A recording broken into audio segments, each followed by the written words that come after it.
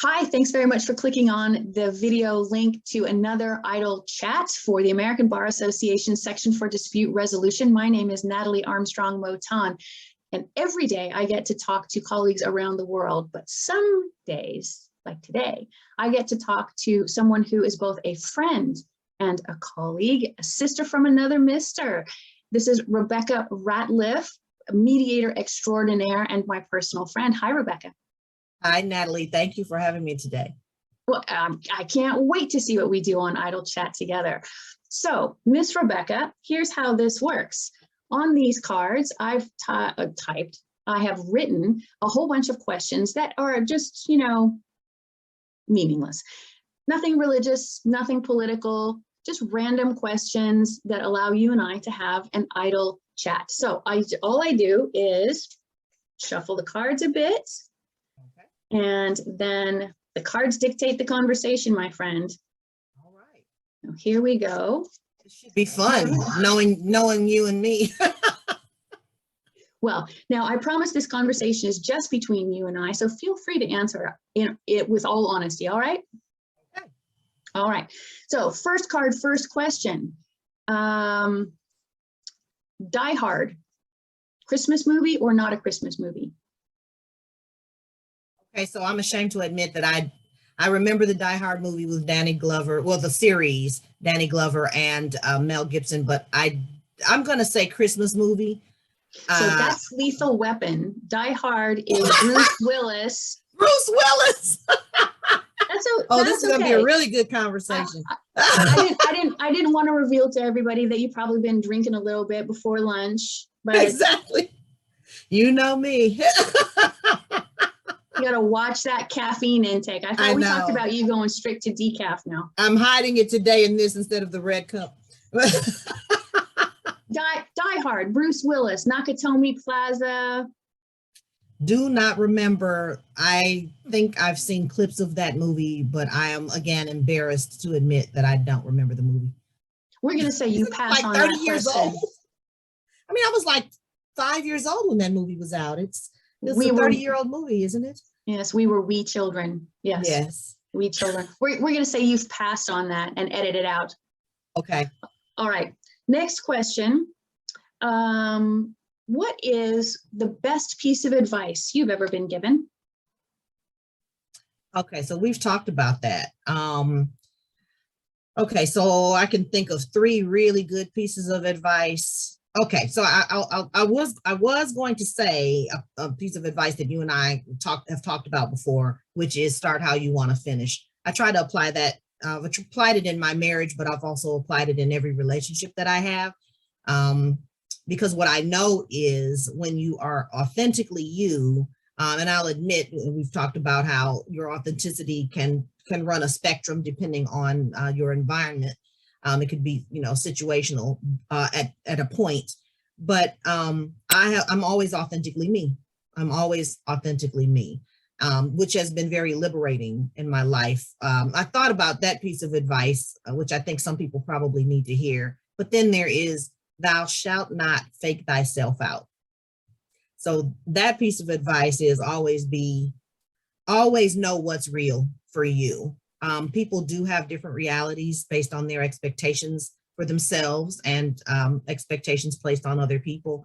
But if you always know what's real, what's reality, you live in that, you operate in that, then you can win no matter what you're trying to accomplish. That's a really good one. I like that. Yeah, if you know what's what, you can respond appropriately. If you don't know what the truth is, how can you possibly move forward? So that's a really good one. All right, Miss Rebekah, next question on the card. Tell me about your first car. My first car. I got out of college. I didn't have a car in college because I grew up with not much money. My parents gave us everything that money can't buy. They invested in us. Graduated from the University of Illinois, bought my first car. It was a Honda Accord LXI. So it was a hatchback, and it was a used car. And because I'm a former insurance professional, I've never bought a new car. I have paid cash for cars. I have, if we just needed something to get around in for another vehicle, but it was a Honda Accord LXI. and it had these really souped up rims. Whoever traded it had really enhanced that car, and I had so much fun driving it. It was a stick shift. So I just went all the way. Just went all out on my first vehicle. What color was it? Which was a great car. It was a champagne color. So yeah, yeah. Bougie. So almost, yeah, bougie. Yes, almost like it wasn't really rose, but it was somewhere between like rose and taupe, a champagne color. Beautiful car. Nice. Yeah. All right, good for you. Miss Rebekah, if I tell you today the zombie apocalypse is coming, which 3 people are you going to put on your team? My husband, my son, and because obviously we want to be together no matter what happens. But I have to pick one more person. Who would that person be? I would say one of my siblings, but I can't take them away from their families.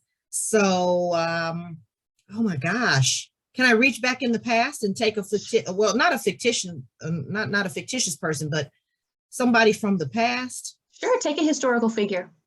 Okay, Harriet Tubman. Ooh. She knew how to navigate. Everybody needs one of those on their team. All right. That's right. Miss Rebekah, yes. What game have you spent the most hours playing? Oh my gosh, Monopoly all day long. Yeah, my mother taught us the rules. Of course, we know that people have changed rules, like putting money on free parking. I think it's bail money from when you get out of jail or something. But Monopoly, because if you play Monopoly the right way, where you can only buy property if you have all 3, or well, of course, for what is it, Park Place and the other blue one, you only need 2. If you play Monopoly the right way, it takes forever. It does, yes. And you can't just quit when you're out of money. You're required to mortgage your properties. That's right. That's right. Yes. For those of us who read the rules. For those of us who read the rules. Yes. See? All right. That's right. Yeah. This next question, I apologize if it's divisive in your family or in your sphere of influence. Ketchup or mustard? Ketchup.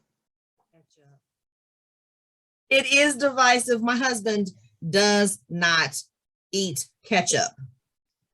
He does not. Yeah. Because ketchup. Yeah, but because it's, I don't know. I think I like the tangy tomatoey taste. I think that's what it is. Mustard is not exactly bitter, but it's mustardy, whatever that means. I'm going to be bringing you some French mustard for the holidays, my friend. Oh, okay. All right. And the next time I'm in London, if you are still in France, I will see you there and I can have it. Yeah. There you go. Because there's a whole world of lovely mustards that may sway your vote next time we have an idle chat. I'm open. All right. Miss Rebekah, what is the best movie quote? Oh my goodness. The best movie quote. Can I say a cuss word? Just kidding. Can you replace it? Yeah, I could bleep myself out because the best movie lines sometimes contained a cuss word. Those that we remember. Well, because I like Turner Classic Movies. Oh my goodness. What is the best movie line? Best movie line? There's so many. Well, because when I asked if I could cuss, I was thinking, Clark Gable, frankly, my dear, I don't give a bleep. But just, that was the word. Yeah, only because it has relevance even now. As we grow older and we care less and we do more for ourselves, we've kind of learned to not be distracted by what other people think and what other people do. So I guess because I can't think, there's so many, I can't think of anything else. I will just go with that one. That works for me. That works for me. Absolutely. All right, Miss Rebekah. Yes. What food do you crave most often? Oh my goodness. I'm ashamed to say it. I'm eating less red meat these days, but if I'm having a craving, it is usually for a steak, filet mignon. Hmm. Like Yeah. big Ruth's Chris, butter Yes. dripping off of it. Yes. That with potatoes of almost any kind, because we know that's America's favorite vegetable. And then of course, maybe some nice asparagus. I was just going to say some grilled asparagus or some grilled Yes. cactus next to it. Oh, oh, you are making me hungry. Yeah, me too. As soon as we get off this Zoom. All right, next question. Are you an early bird or a night owl? Night owl. I do not enjoy being awakened in the morning, honestly, before 8 or 8:30. And for some people, that sounds late, but I will tell you, I stay up really late. I may be up until 1 in the morning, 2 in the morning, creating. That's when I'm writing seminars or putting together presentations. That's when it's quiet and my phone isn't ringing and nobody is contacting me. And so I am definitely a night owl. Which I understand and appreciate. Now, I'm an early bird, but for the same reason that you're a night owl. So between 4 a.m. and 6 a.m., there's no sound, there's no traffic, there's, no telephone calls, no emails coming in. Same thing, absolutely. Rebekah Ratliff, my friend. Last question, same question I ask everybody on the Idle chat for the American Bar Association section for dispute resolution, and that is, tell me a little bit about what you love most about the resolution industry. Well, I am the daughter of a pastor and a nurse. So I was raised in service and peacemaking.